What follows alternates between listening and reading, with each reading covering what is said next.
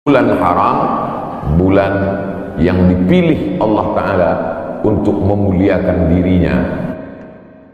Waktu yang paling mulia waktu subuh. Siapa yang memilih waktu subuh ini? Allah. Tidak bisa ada manusia di atas muka bumi ini memilih waktu untuk memuliakan Allah dengan cara dia. Tak bisa. Waktunya Allah yang milih, caranya Allah yang mengajarkan, nabinya dia yang mengirim, malaikatnya dia yang mengutus. Siapa malaikatnya? Jibril alaihissalam. Wahyunya Allah yang membawa Al-Quranul Karim dan sunnah Rasulullah SAW. Nabinya Muhammad sallallahu alaihi wasallam. Waktunya minha arba'atun hurum, ada 4 bulan yang mulia. Salasun mutawaliyatun, 3 bulan berturut-turut.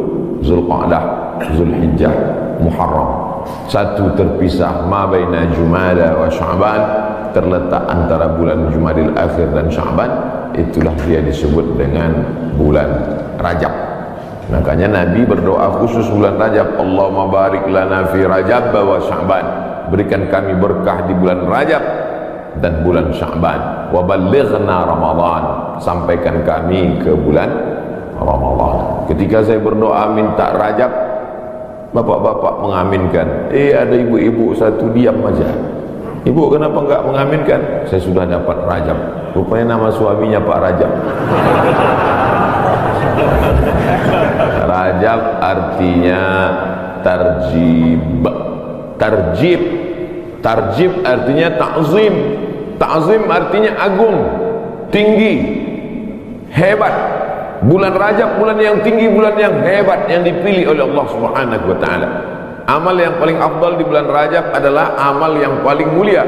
Apa amal yang paling mulia? As-shawmu li wa ana ajzi bihi. Puasamu itu untukku, aku yang memberi balasannya. Maka paling afdal, paling bagus bulan Rajab ini adalah puasa. Dan hari ini kita jatuh pada hari Kamis. Siapa yang puasa hari ini, maka dia dapat 3. Saya niat puasa qadha hari ini, kata ibu, kata bapak, otomatis dia dapat 3. 1, qadhanya lunas. 2, dapat pahala puasa Kamis. 3, dapat pahala puasa sunat Rajab. Saya tak bisa Pak Ustaz. Kenapa? Tadi enggak niat. Kamis depan, mudah-mudahan masih hidup.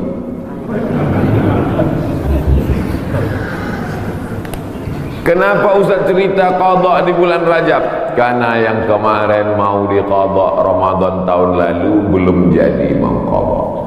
Faman kana minkum maridan, siapa yang sakit, aw ala safarin atau musafir, fa iddatum min ayyamin ukhar, ganti di hari yang lain. Ramadan kemarin ada tinggal puasanya, ketika mau diganti di bulan Syawal tidak jadi.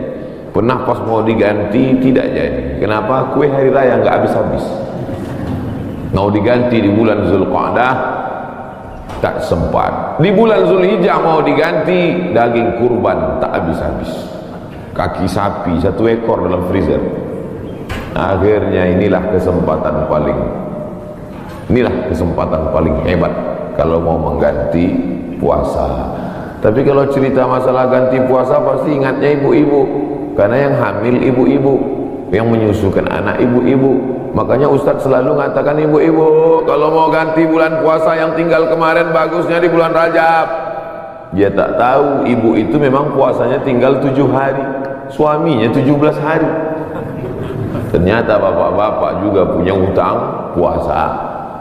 Apakah selesai hutang puasa ini dengan astagfirullahaladzim, astagfirullahaladzim, astagfirullahaladzim, astagfirullahaladzim? Hutang puasa lunas, enak aja. Man mata, siapa yang mati, wa alaihi siyamun, punya hutang puasa, shoma anhu waliyuhu, ahli warisnya wajib menggantikan puasanya. Hadis sahih. Tidak bisa diganti dengan istighfar. Tidak bisa diganti usolli sunata taubat rakaataini lunas 60 hari lillahi ta'ala. Tidak bisa guys. Nah, oleh sebab itu maka puasa yang tinggal kemarin mesti diqadha. Faman kana minkum maridan, siapa yang sakit Ramadan kemarin, au ala safarin atau musafir jarak qasar salat 89 km fa iddatum min ayyamin ukhra, ganti di hari yang lain di luar Ramadan.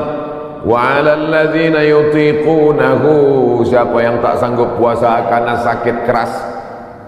Pak Ustaz, saya nggak bisa puasa di Ramadan, nggak bisa puasa di Syawal, nggak bisa puasa di Zulqa'dah, Zulhijjah, Muharram, Safar, Rabiul Awal, Rabiul Akhir, Desember, Januari, Februari, Maret, April, Mei, Juni, Juli, nggak bisa puasa. Kenapa nggak puasa? Usus saya sudah dipotong pendek aja. Bentar-bentar lapar, bentar-bentar lapar, bentar-bentar lapar.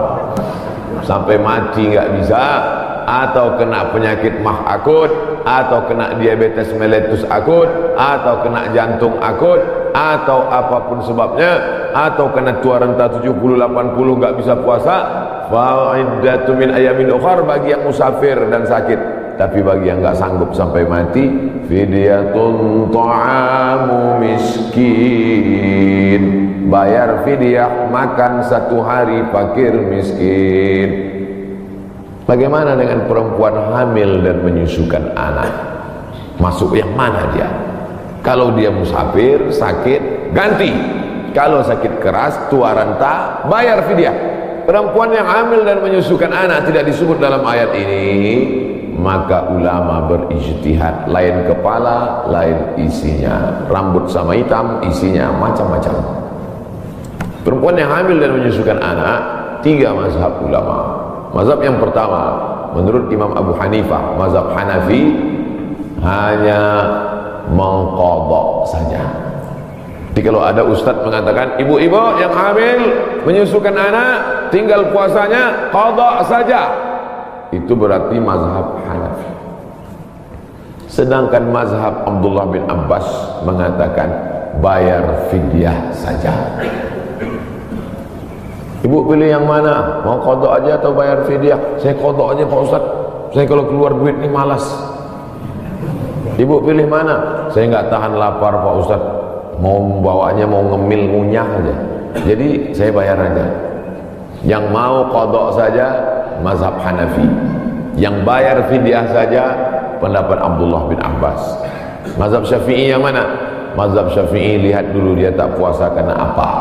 Kalau dia tidak puasa karena dirinya, karena lemah, karena tak mampu, qadha saja. Tapi kalau ada unsur anaknya, kenapa ibu tak puasa? Janin saya lemah, sudah diperiksa USG oleh SPOG, spesialis objin kandungan.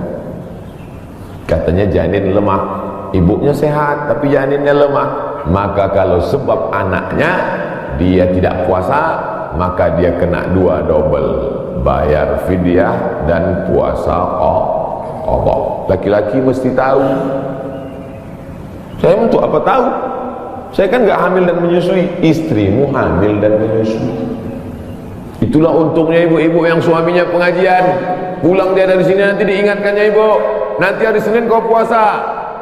Tapi kalau suaminya Fir'aun, ibu sedang puasa pun disuruhnya buka puasa. Apa ibu puasa? Bapak ibu yang dimuliakan Allah, ar-rijalu qawwamuna 'alan nisa. Berapa banyak puasa ibu, maka suami ikut bertanggung jawab. Kenapa? Karena istrinya itu tidak puasa gara-gara suaminya. Coba kalau kau tengok saja istrimu itu. Oleh sebab itu maka tanggung jawab luar biasa di hadapan Allah Subhanahu wa ta'ala. Itulah maka saya sampaikan subuh ini tentang pentingnya mengganti puasa di bulan Rajab, karena ini salah satu kemuliaan, dapat double 2 pahala yang diberikan Allah Subhanahu wa ta'ala. Masih ada kesempatan 13 hari lagi. Kalau mau diqadha pakai puasa Nabi Daud, bagus. Yasumu yauman wa yuftiru yauman. Puasa ini bagus karena saluran darah kita ini mampet. Saluran darah ini sama seperti saluran air, karena di dalamnya banyak lemak-lemak, banyak kolesterol, akhirnya tersumbat. Coba hidupkan keran air kencang, tapi pipanya digulung. Kerannya kencang, pipanya digulung. Apa yang terjadi? Bam! Pecah pembuluh darah. Oleh sebab itu salurannya mesti bersih. Bagaimana membersihkan saluran air? Ada serbuk yang menghilangkan minyak-minyak. Bagaimana cara membersihkan saluran darah? maka bakteri-bakteri, kuman-kuman, penyakit-penyakit, kolesterol bisa habis bersih. Kenapa? Diri memakan diri sendiri dengan menahan makan minum selama dari pagi sampai petang. Makanya orang kalau cek darah dia nggak boleh makan minum. Saya dulu ketika cek dari ujung rambut sampai ke ujung kaki, Ustaz Somad besok medical check up, datang jam 10 pagi ke rumah sakit. Baik Pak Dokter, tapi syarat darahnya harus bersih. Gimana cara membersihkan darah Pak Dokter? Dari pagi sampai cek darah jangan makan berat, jangan sampai masuk nasi uduk, ayam penyet, ayam patah, ayam mati, ayam supaya darahnya bersih. Baru saya paham, rupanya membersihkan darah dengan tidak memasukkan makanan. Tapi itu bonus dari Allah. Dengan banyak puasa tubuh sehat, dengan banyak puasa badan sehat, dengan banyak puasa tidak ada kolesterol darah tinggi, diabetes mellitus dan kawan-kawannya. Dengan banyak puasa, banyak perempuan-perempuan sekarang rajin puasa, niatnya bukan lillahi ta'ala, diet ta'ala. Itu diet, itu bonusnya, hadiah dari Allah Subhanahu wa taala. Tetapnya niatnya tetap nawaitu shauma qadha'in, saya berniat besok puasa qadha lillahi ta'ala. Adik-adik mahasiswa, mahasiswi bagus banyak puasa, hemat belanja. Bagus puasa. Wa antasumu khairul lakum, dengan banyak puasa itu lebih baik bagimu. Begitu kata Allah Subhanahu wa taala. Habis bulan Rajab, saya nggak bisa puasa Pak Ustaz. Kenapa kau tak bisa puasa? Dokter ngasih tahu Bapak jangan puasa. Kalau puasa mati. Jangan puasa. Ngadu si bapak ke ibu, Bu, tadi dokter ngasih tahu saya nggak boleh puasa. Kenapa Bang? Karena kalau puasa mati. Abang mati aja lah. Tak boleh pilih mati. Kalau pilih dua, antara sakit atau mati, tidak boleh pilih mati. La tulqu bi aydikum ila tahlukah. La tulqu bi aydikum ila tahlukah. Jangan jerumuskan dirimu ke dalam kebinasaan. Maka jangan memilih mati daripada puasa. Kita diberi keringanan oleh agama Islam. Saya mau mengisi bulan ini Pak Ustaz, tapi puasa nggak sanggup. Banyak-banyak sholat sunnah. Sholat sunnah wudu. Usolli sunnatal wudu raka'ataini lillahi ta'ala. Bilal, sini. Ada apa ya Rasulullah? Sami'tu dafan 'alaika baina yadayya fil jannah. Ku dengar suara gesekan sendalmu dalam surga. Bilal, kedengaran suara sendalnya dalam surga. Kresek, kresek, kresek, kresek, kresek. Sendal kalau digesekkan ke tanah berbunyi kresek, kresek. Apalagi sendal baru. Kresek, kresek. Bilal, aku dengar suara gesekan sendalmu dalam surga. Apa amalmu Bilal? Kata Bilal, aku tidak pernah meninggalkan sholat sunat wudu. Habis wudu, sholat sunat wudu 2 rakaat. Bagi yang biasa pakai usolli sunnatal wudu. Bagi yang tidak pakai usolli, dalam hati saja. Allahu Akbar, niatnya sah dalam hati. Saya termasuk yang tidak mewajibkan melafazkan niat. Tapi bagi yang melafazkan jangan sampai dibid'ahkan, disalahkan. Karena niat itu letaknya di hati. Cuman hati kita kadang bimbang, goyang, ragu. Untuk menguatkan hati maka diucapkan di mulut. Tiba-tiba masuk masjid, Allahu Akbar. Dalam hati ragu, ini tahiyatul masjid apa qobliyah? Ragu dia, ini tahiyatul masjid apa qobliyah? Niat tidak bisa setelah takbiratul ihram. Niat itu sebelum takbiratul ihram atau dalam takbiratul ihram. Pilih antara dua. Oleh sebab itu maka untuk menguatkan apa yang dalam hati, saya salat qobliyah subuh. Usolli sunnatas subhi rak'ataini qabliyatan lillahi ta'ala. Saya tadi masuk sudah azan, waktu hanya cukup 2 rakaat. Pilih mana? Kalau cepat datangnya tahiyatul masjid dulu, setelah tahiyatul masjid baru qabliyah. Tapi kalau datangnya lambat, qabliyah. Karena kalau tahiyatul masjid nggak dapat qabliyah, tapi kalau qabliyah automatically dapat tahiyatul masjid. Tapi jangan gara-gara ini lambat terus datangnya. Tak Ustaz Somad pandai ceramah aja nyuruh cepat datang. Ustaz sendiri lambat datang, sengaja lambat. Karena kalau cepat banyak yang minta foto. Nah, Oleh sebab itu yang paling afdal adalah cepat-cepat datang ke masjid. Allahumma ftahli abwaaba rahmatik, bukakan untukku pintu rahmatmu.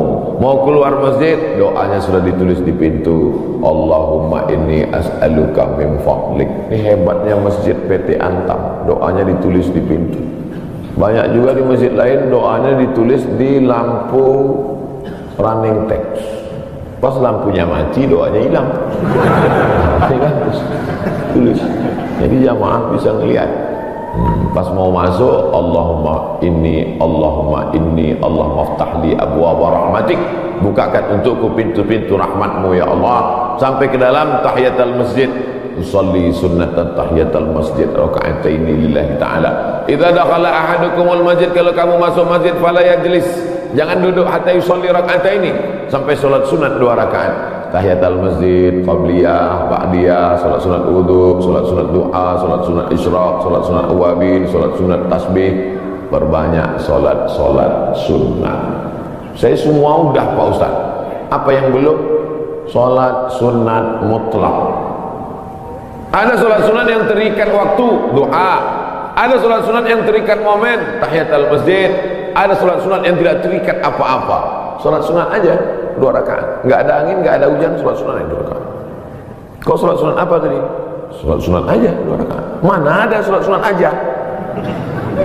Salat sunat tidak terikat dengan apapun, namanya mutlak. Mutlak artinya lepas, tidak terikat dengan apa-apa. Syukur kepada Allah Subhanahu wa taala.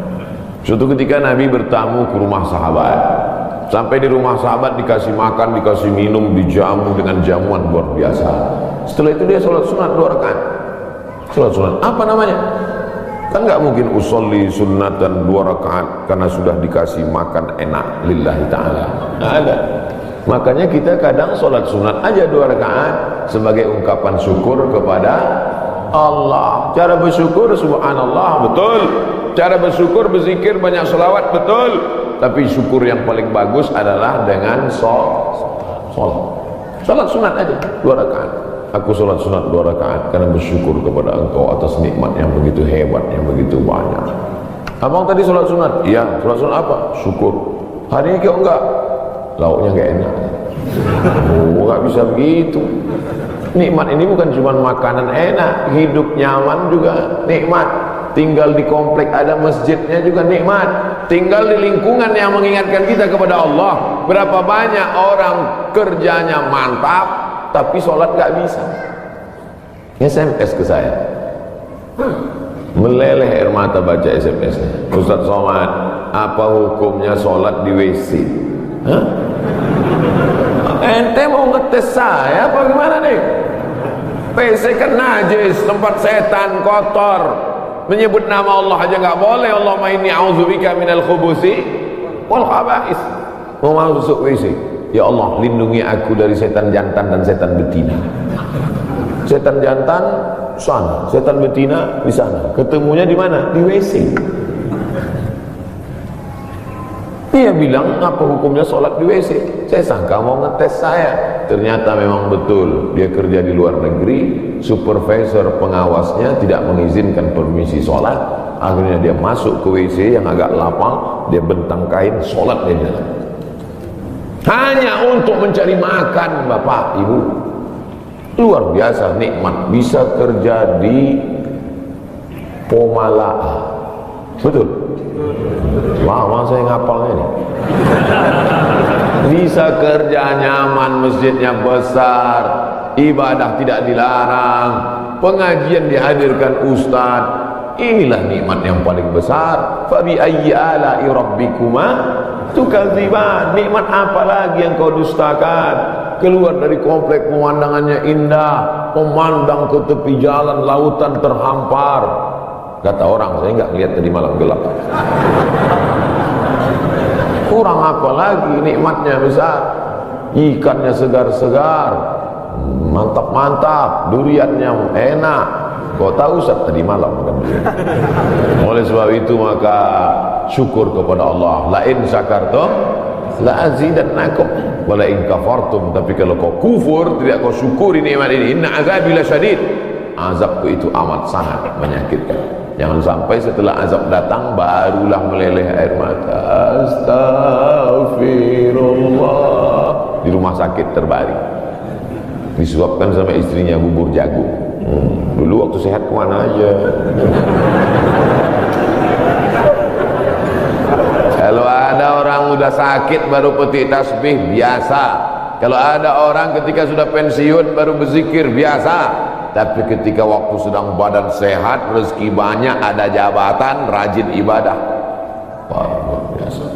Nih masyarakat PT Antam nih luar biasa, betul. Tapi yang datang nih memang masyarakat lingkungan sini.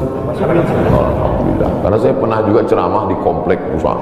Ketika masih kerja aktif ke masjid baru luar biasa. Sudah saya ceramah juga, mohon maaf Pak Ustaz, yang datang tadi masyarakat dari luar. Bapak Ibu yang dimuliakan Allah Subhanahu wa taala. Ini kenikmatan ini kalau dicabut oleh Allah Subhanahu wa taala, Allah itu luar biasa. Allah kalau mau mematikan orang cukup saja dia katakan innama amruhu idza arada syai'an ayaqula lahu kun, mati. Kenapa orang yang minum khamar tidak mati? Kenapa orang yang berzina tidak mati? Kenapa orang yang makan riba tidak mati? Karena Allah itu bismillahirrahmanirrahim. Allah itu sayang, dibiarkannya dulu.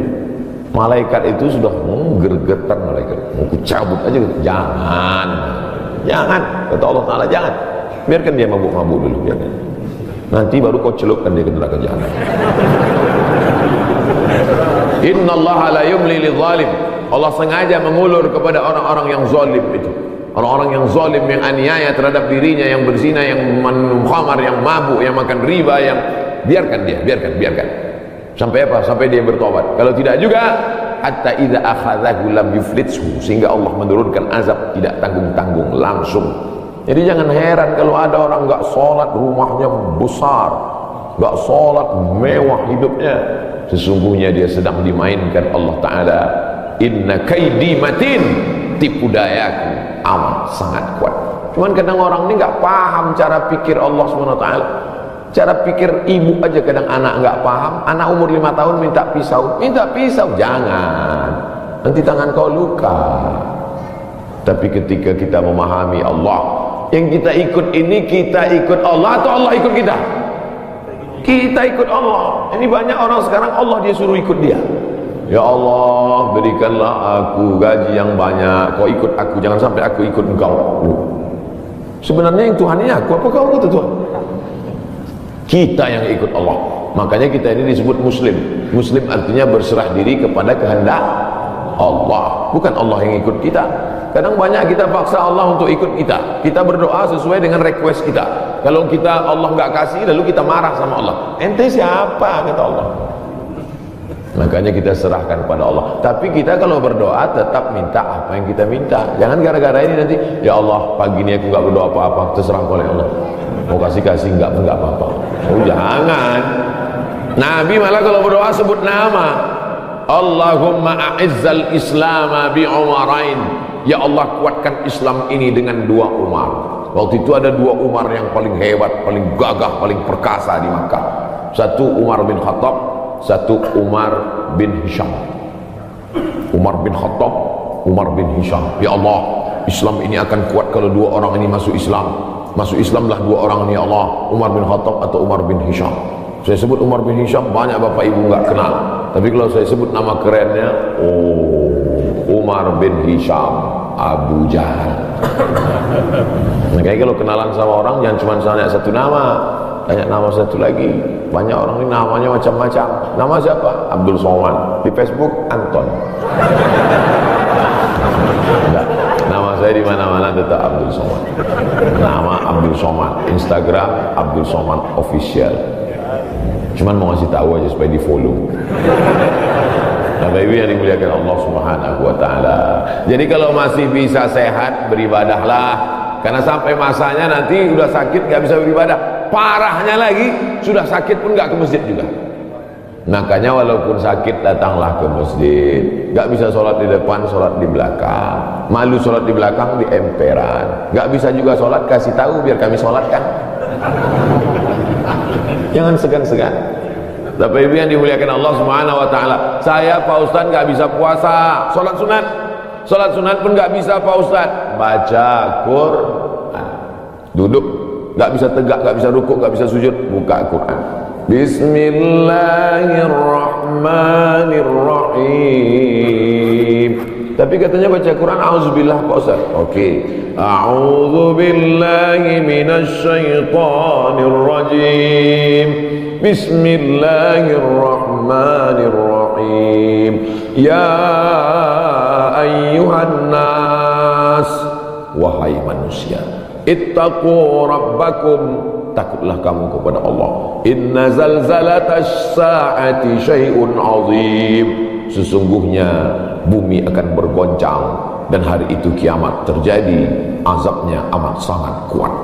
Membaca itu ketakutan, langsung pulang ke rumah sedekah. Berapa? 500 perak. Jadilah daripada sebelumnya hatinya tertutup. Itulah orang-orang ketika dibacakan ayat kepadanya, zadathum imana, bertambah imannya. Surat Al-Hajj. Apa ayat yang kau lihat? Sesungguhnya saat itu Allah sedang menegur engkau. Wa taran nasa sukara, kau lihat manusia waktu itu seperti mabuk. Wa mahum bisukara, mereka bukan mabuk. Jalan sempoyongan mau tumbang di atas bumi, mereka mabuk? Bukan. Kenapa mereka tidak mabuk? Walakinna adzaballahi syadid.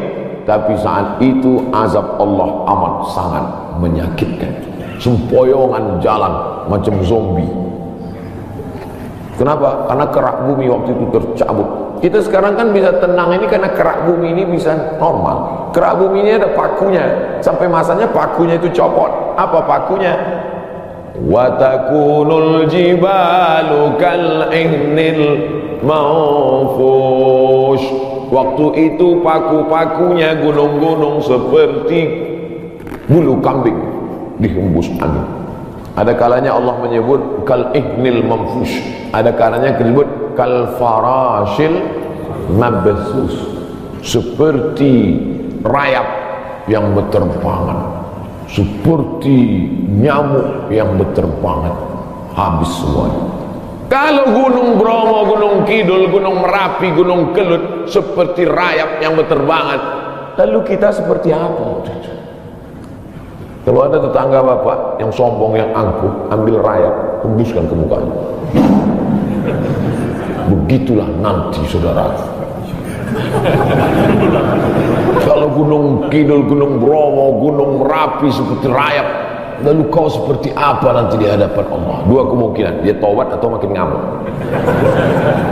Kita ini nggak ada apa-apanya. Yang disombongkan itu apa? Yang diangkuhkan itu apa? Maka mesti banyak-banyak ibadah. Itu yang akan dibawa menghadap Allah Subhanahu wa taala. Tadi malam ada yang ngirim ke grup WhatsApp percakapan antara ayam dan anaknya. Bapak Ibu udah dapat? Apa kata anak ayam? Mama, kenapa manusia itu hebat ya? Namanya macam-macam setelah lahir ke dunia. Ada Abdul Somad, ada yang lain-lain. Sementara kita semuanya namanya sama, ayam. Semua ayam. Apa kata induk ayam? Gak apa-apa nak, mereka memang namanya mantap-mantap, tapi setelah mati semuanya namanya satu, mayat. Beda sama kita. Kita memang ayam, tapi setelah kita mati ada ayam panggang, ada ayam goreng, ada ayam. Mereka memang hebat-hebat, mereka kaya-kaya, mereka pejabat-pejabat, mereka punya jabatan, mereka punya ilmu, mereka punya gelar profesor doktor.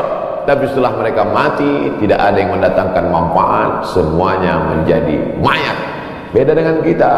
Kita setelah mati mendatangkan manfaat, mengenyangkan perut. Ulaika kal an'am, mereka itu seperti binatang. Balhum adall, bahkan lebih hina daripada binatang.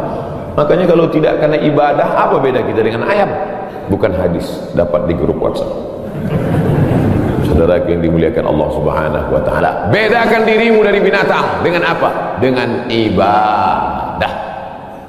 Cerita tentang ibadah, apakah ayam itu tidak bertasbih?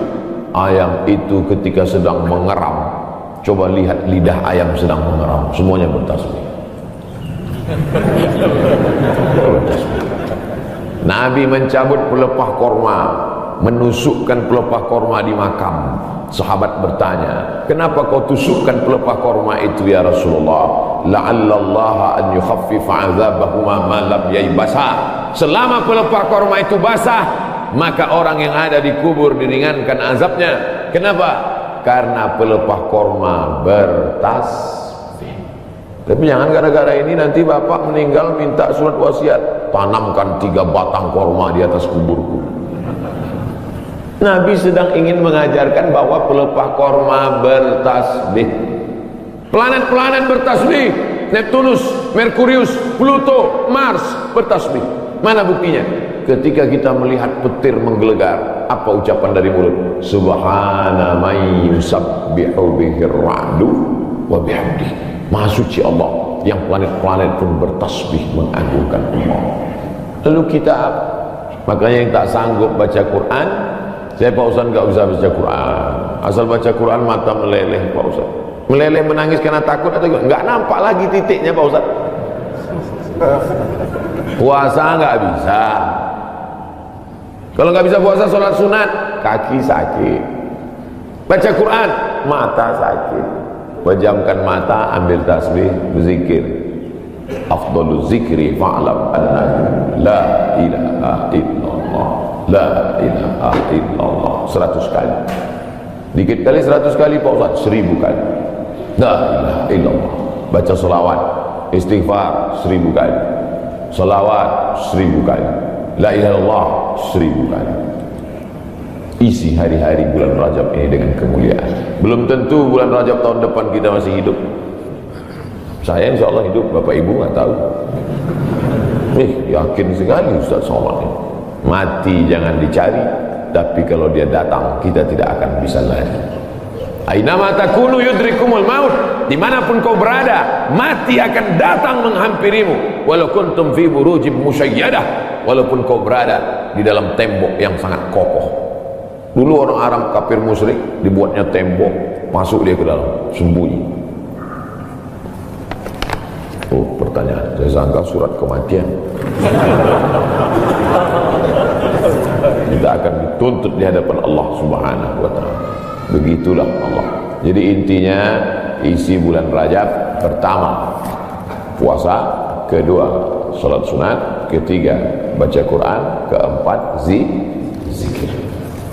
Saya 4-4-nya udah Pak Ustaz, mantap. 4-4-nya belum Pak Ustaz, mulai. Puasa sunat niatnya boleh setelah sholat subuh. Pulang dari sini sampai rumah, lihat lemari makan, nggak ada makanan, puasa sunat. Tapi dengan syarat dari azan subuh tadi nggak masuk apa-apa. Jangan sampai udah 3 batang masuk. Puasa sunat nggak bisa.